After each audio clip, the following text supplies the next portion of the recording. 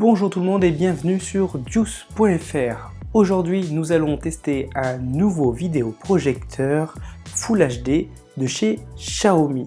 Je sais que vous êtes nombreux à apprécier ce genre de test et ce genre de produit. J'en ai déjà testé pas mal auparavant, ce qui va me permettre de comparer. Cette vidéo va se découper en 3 parties avec dans un premier temps la partie présentation caractéristique de ce vidéoprojecteur, dans un second temps la partie test, projection, et puis dans un troisième temps la conclusion sur ce produit. Alors déjà dans un premier temps, je voulais bien sûr vous remercier pour votre soutien. Vous êtes de plus en plus nombreux à venir voir mes vidéos, à s'abonner, à commenter les vidéos.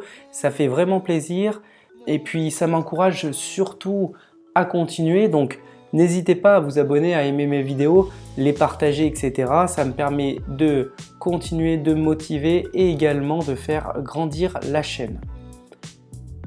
Passons tout de suite à ce vidéoprojecteur de la marque Xiaomi Mijia.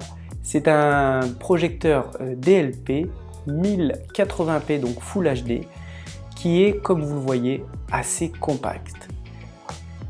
Le prix de ce vidéoprojecteur est d'environ 380 €. On peut le trouver à 350 € avec des bonnes promotions. Personnellement, je l'ai acheté sur le site Banggood et je l'ai reçu assez rapidement. J'ai regardé actuellement, il est à peu près à 390 € en provenance de Chine ou alors à peu près 360 € en provenance de Hong Kong. Donc pour un vidéoprojecteur Full HD, c'est un prix relativement raisonnable. La référence de ce produit est clairement imprononçable, donc c'est Xiaomi Mijia et je vais vous marquer ici la référence qui est quand même relativement horrible. Je ne sais pas pourquoi ils ont choisi une référence aussi compliquée à prononcer, mais on peut également le trouver sur certains sites avec un nom beaucoup plus simple à prononcer, Youth Edition. Dans le paquet, nous retrouvons bien sûr le vidéoprojecteur qui est ici, une télécommande et les piles sont fournies. Une télécommande Bluetooth qui est simple, efficace et aussi design que le vidéoprojecteur. Et également des instructions en chinoise bien sûr et une alimentation avec une prise chinoise. Donc moi j'avais un adaptateur qui coûte à peu près 1 ou 2 €, voilà, mais à prendre en compte lors de votre commande, il faudra peut-être prévoir le petit adaptateur à quelques euros.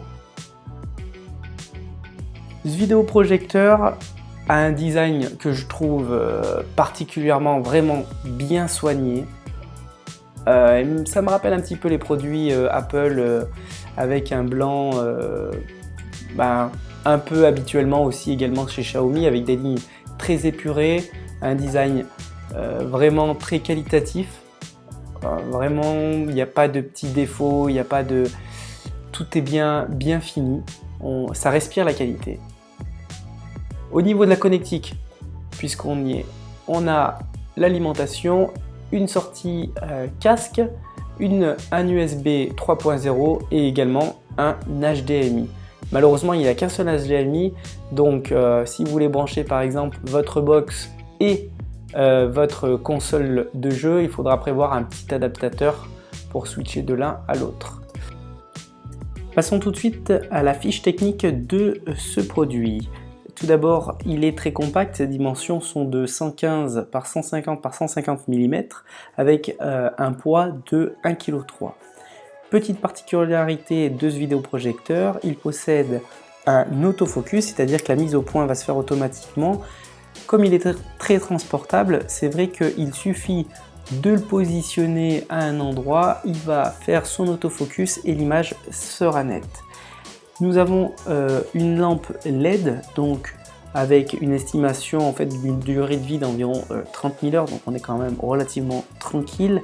La consommation max au niveau énergie est de 65 watts et Bien sûr, la résolution, on est sur une résolution native en Full HD, c'est-à-dire 1080p. C'est pour cela d'ailleurs qu'il a pris place dans ma chambre pour remplacer un ancien vidéoprojecteur que j'avais qui était en 720p. Ce que j'apprécie vraiment sur ce vidéoprojecteur, c'est tout d'abord vraiment le fait qu'il soit très silencieux. Il a une ventilation intelligente, c'est-à-dire qu'il va s'adapter en fonction de la température de l'appareil. Moi, je l'ai mis personnellement dans ma chambre. Il est très proche de ma tête puisqu'il est fixé sur ma tête de lit. Au passage, j'ai imprimé un support pour le fixer sur ma tête de lit. C'est un lit Ikea que j'ai. Je vous mets le lien de mon support que j'ai imprimé, mon imprimante 3D, dans les commentaires si ça vous intéresse. Et donc le vidéoprojecteur se situe assez proche de moi. Et la ventilation est très raisonnable, ce que j'apprécie vraiment. Et le son de ce vidéoprojecteur est vraiment très bon. C'est assez rare d'avoir un son aussi bon et qui plus est dans un appareil aussi compact que celui-ci. Et pour finir avec les caractéristiques techniques, ce vidéoprojecteur prend en charge le HDR et le 3D. Il est muni d'un Wi-Fi double bande, c'est-à-dire pour 2,4 GHz et 5 GHz, et également peut diffuser de la 3D.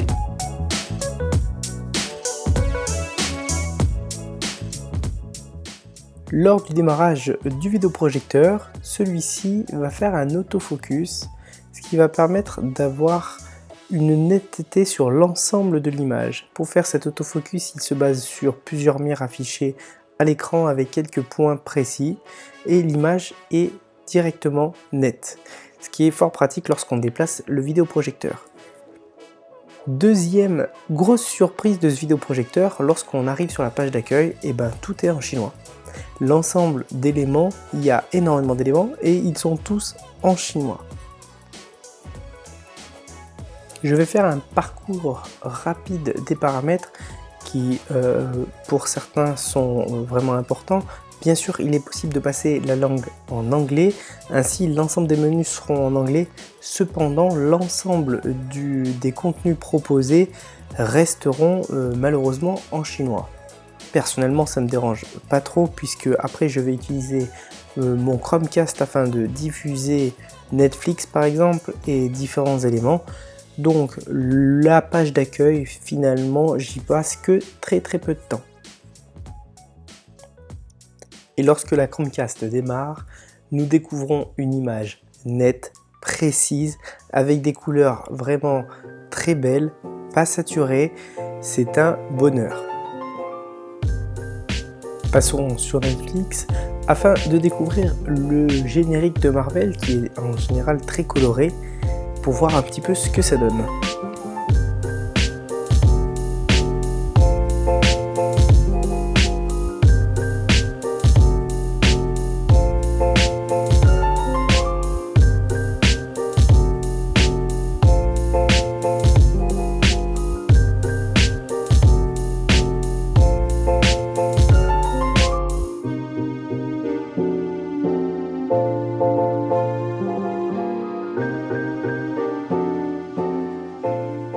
Désormais, il y a un extrait de la Casa de Papel avec une série avec des couleurs relativement sombres et je vais également vous laisser un petit peu écouter le son malgré ma prise de son qui n'est pas extraordinaire.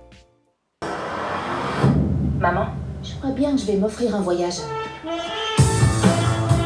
Personne n'avait jamais monté un coup pareil, ni à New York, ni à Londres, ou même à Monte-Carlo.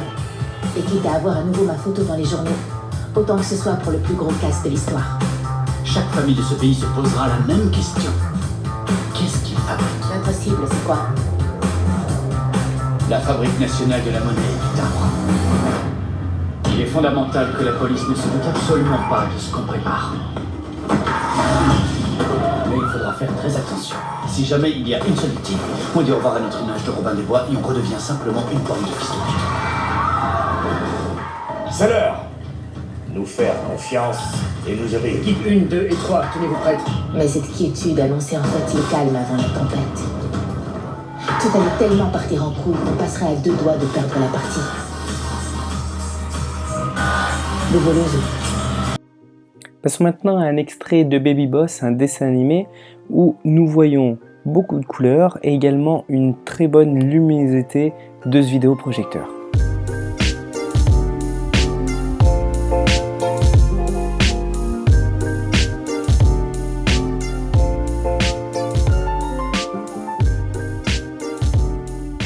Changement de décor, passons sur PS4 et sur Battlefield 5 pour voir comment se comporte ce vidéoprojecteur en jeu vidéo. Et là, bien sûr, il faut quand même beaucoup de réactivité pour ce jeu. Malheureusement, je vais rapidement me rendre compte que il y a un taux de latence qui est beaucoup trop important pour jouer à ce type de jeu vidéo. Je pense que sur d'autres jeux ça ne posera pas spécialement de problème, mais sur un jeu comme Battlefield où il faut beaucoup de réactivité, etc., le taux de latence est malheureusement bien trop élevé pour pouvoir jouer avec ce vidéoprojecteur. Donc c'est quand même le principal bémol de ce vidéoprojecteur. Passons maintenant à la conclusion de ce vidéoprojecteur. Tout d'abord, je trouve personnellement que c'est un très bon vidéoprojecteur. Il a d'ailleurs pris place dans ma chambre, et ce pour plusieurs éléments. Tout d'abord, il est compact, il est très silencieux et ça c'est super agréable. Il est DLP et Full HD, c'est-à-dire 1080p. Il a de très bonnes couleurs et un son qui est vraiment remarquable, et ça c'est plutôt rare. Et une petite fonctionnalité qui est importante, l'autofocus. Et oui, on le pose quelque part, il fait son autofocus automatiquement et l'image est nette. Maintenant, les points négatifs. Pour moi, le principal point négatif, c'est sa latence, ce qui va concerner essentiellement certains types de jeux vidéo. Et sa luminosité va être un petit peu plus contenue par rapport à des vidéoprojecteurs beaucoup plus gros. Ce vidéoprojecteur sera idéal pour une projection dans l'obscurité totale ou pénombre. Par contre, il sera beaucoup moins performant pour une salle de conférence par exemple. Je vais faire une rapide comparaison avec le vidéoprojecteur M18 que j'ai déjà présenté, qui coûte 170 € pour rappel. Ce Xiaomi est beaucoup plus compact, silencieux et avec une meilleure qualité de son. Et bien sûr une meilleure qualité d'image, une image qui sera plus précise. Par contre, le M18 a lui une luminosité qui est beaucoup plus importante et qui conviendra à un environnement un petit peu plus lumineux. Et pour faire également une rapide comparaison avec mon BenQ W1090 à 600 €, quasiment le double au niveau du prix, celui-ci est toujours plus compact. Au niveau du bruit, c'est à peu près équivalent, cependant le son est bien meilleur sur le Xiaomi. La qualité d'image reste meilleure sur le BenQ et également la luminosité est bien meilleure sur le BenQ. Donc je pense que ce vidéoprojecteur Xiaomi est un excellent compromis, donc moins cher que le BenQ mais avec une très bonne image et un très bon rapport qualité-prix, et plus cher que le M18 mais on a quand même le côté plus silencieux, compact et également avec un meilleur son. Je vous dis à bientôt pour de nouveaux tests sur Deuce.fr.